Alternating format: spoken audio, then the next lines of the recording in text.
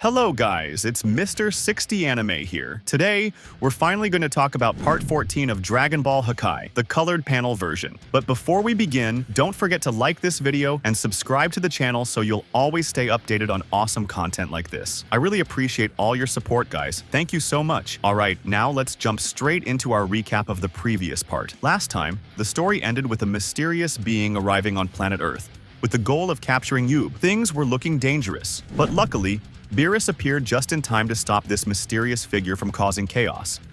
And that's exactly where part 14 of Dragon Ball Hakai begins. The first panel opens with a wide shot of Planet Quinn, a barren yet radiant world surrounded by a violet sky. The camera slowly pans down to reveal Vegeta and Piccon, both standing amidst the rocky terrain, their auras faintly flickering in the wind. Vegeta crossed his arms and spoke with a serious tone. I think I'm starting to understand what's happening here. But wouldn't it be easier if we just used the Super Dragon Balls to fix all of this? They're said to have no limits, right? They can grant any wish. Piccon's expression darkened as he shook his head. That would have been ideal, but our enemies destroyed the Super Dragon Balls. Because of that, none of the ordinary Dragon Balls can function either. They're all connected to the Super Dragon Balls. Without them, the rest are powerless. Vegeta's eyes widened in disbelief. What did you say? Are you telling me that even the Dragon Balls on Earth are no longer working? Piccon nodded grimly. That's right. We don't have time to talk about it now. FRIEZA is on his way. Vegeta smirked and clenched his fists. Good. Let him come. Just a little more and I'll end this once and for all, with a single wave blast. The scene then cuts to Frieza's spaceship, gliding silently through the cold void of space. Inside the dimly lit chamber, Frieza stood before a containment unit, staring intently at Janemba, who was sealed inside. Cooler approached him from behind, his voice calm but edged with curiosity. So, what exactly are you planning to do with that thing? Frieza glanced at him, his expression unreadable. I didn't expect things to get this complicated, he admitted, his voice cold. But I was wrong, which means it's time we used force. Cooler frowned. Are you sure about this, Frieza? You said yourself that creature's power surpasses even that of a god of destruction. Are you certain this won't backfire on us? Frieza gave a low, confident chuckle. I'm well aware of the danger of dealing with primordial beasts, he said, but Kikuno has been studying this one carefully. He's developed a special control necklace, far more advanced than the one used on Broly. With it, we'll be able to suppress Janemba's strength completely. Once we've harnessed his power, nothing in the universe will be able to stop us. Cooler nodded slowly, though hesitation lingered in his eyes. If that's what it takes, then so be it. Let's face him together. But we'll need to find a secure place to conduct the experiment. Before Frieza could respond, the entire ship suddenly shook violently, alarms blaring across the control room. The floor trembled beneath their feet as warning lights flashed red. Frieza's eyes narrowed. What was that? Kikuno, typing frantically on the control panel, shouted, Master Frieza, we're under attack. Someone's hit the ship. The monitor flickered, revealing the image of two figures floating outside, Vegeta and Piccon. Frieza clenched his jaw. That fool? Vegeta? What is he doing here of all places? Cooler stepped closer, smirking. Vegeta? Isn't he the Saiyan who once managed to defeat you? The last one with royal Saiyan blood? Frieza hissed in irritation. Yes, that's him. That insolent Saiyan came here to interfere with our plans. Cooler's grin widened. Then why don't we use this chance to eliminate him once and for all? Frieza thought for a moment, then nodded. You're right. Kikuno, where exactly are they now? Kikuno quickly replied, they're located within the Quinn planetary system, not far from our current position. Frieza turned to Cooler. Then it's settled. You and I will head there directly by flight. Kikuno, maintain a safe distance from the planet and stay on alert. If I call for assistance, I expect an immediate response. Kikuno bowed his head. Understood, Lord Frieza. I'll keep communications open and await your signal.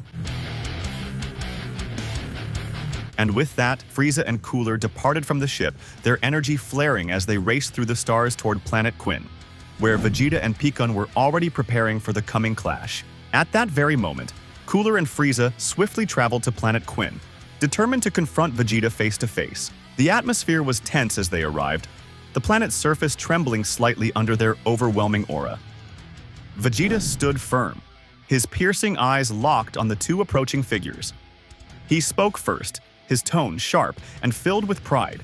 So, the one you've brought with you, Frieza, he must also belong to your lineage, the race of Frieza and King Cold, isn't he? Frieza let out a chilling laugh, his tail flicking behind him as his red eyes gleamed with disdain. Vegeta, how disappointing it is to see you here. Tell me, he said mockingly, what could you possibly want from me this time? Before Vegeta could respond, Piccon stepped forward, his expression fierce and unyielding. He raised his voice, filled with righteous anger. "Frieza, in the name of the Celestial Guardians, I command you to hand over Janemba to us. If you refuse," his aura flared violently, "then we'll use force to take it from you." Frieza tilted his head slightly, amused. "Celestial Guardians, you say?" he sneered.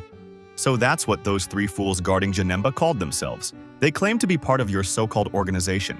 If that's true, then perhaps you're nothing more than another insect under their command." Vegeta clenched his fists and took a step forward. "Frieza," he said in a low, warning tone, "you'd better choose your enemies carefully." That being, he nodded toward Picken, was once a god of destruction, stronger even than Beerus himself, or perhaps stronger now than even you, Frieza. The color drained slightly from Frieza's face as he widened his eyes in disbelief. Stronger than a god of destruction? Stronger than Beerus? Impossible. That can't be true. Cooler turned toward his brother, irritation clear in his voice. "What's the matter with you, Frieza? Don't disgrace our family name like this. We've both grown far more powerful than before. If we fight together, there's no way we can lose."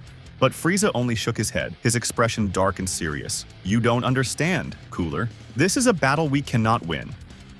For a brief moment, Vegeta's gaze softened. He seemed to recall something about Cooler, perhaps a memory of their past encounters. Meanwhile, Frieza's mind raced. Cooler still has no idea what the true power of a god of destruction is. He doesn't even comprehend the danger we're in right now. Frieza clenched his fists, making his decision. "In situations like this, it's best to retreat while I still can. Forgive me, Cooler, but this is where we part ways." Then suddenly, Frieza shouted, "Linzur!" Almost instantly, Linzur appeared, ready to use instant teleportation. Without hesitation, he grabbed Frieza and teleported them both back to their spaceship. "Kikono!" Frieza barked as soon as they materialized inside. "Prepare for immediate departure. We're leaving this planet right now." And within seconds, the ship blasted off, disappearing into the cold void of space. Cooler stared at the sky where his brother had vanished and gritted his teeth. "You coward, Frieza!" he muttered angrily. Pickon, still standing beside Vegeta, spoke next. "All we need is Janemba. It's better if we chase after Frieza and leave this one behind." But Vegeta stopped him. "No," he said firmly. "I'll stay here to face Cooler myself. You can track Frieza on your own. You already know his key signature, so you'll be able to find him without me. Don't interfere with this fight, Picken, or I won't forgive you." Picken smirked slightly, shaking his head. "You Saiyans really are all the same. Stubborn to the very end. Fine, I'll go after Frieza, but even if I return before you're done here, I won't interfere in your battle." With that, Picken launched into the sky and disappeared into the distance. Vegeta turned back toward Cooler, his aura beginning to flare. "Now then," he said with a cold, confident smirk, "forget about them for now. Because for the next few moments, I'm your only concern."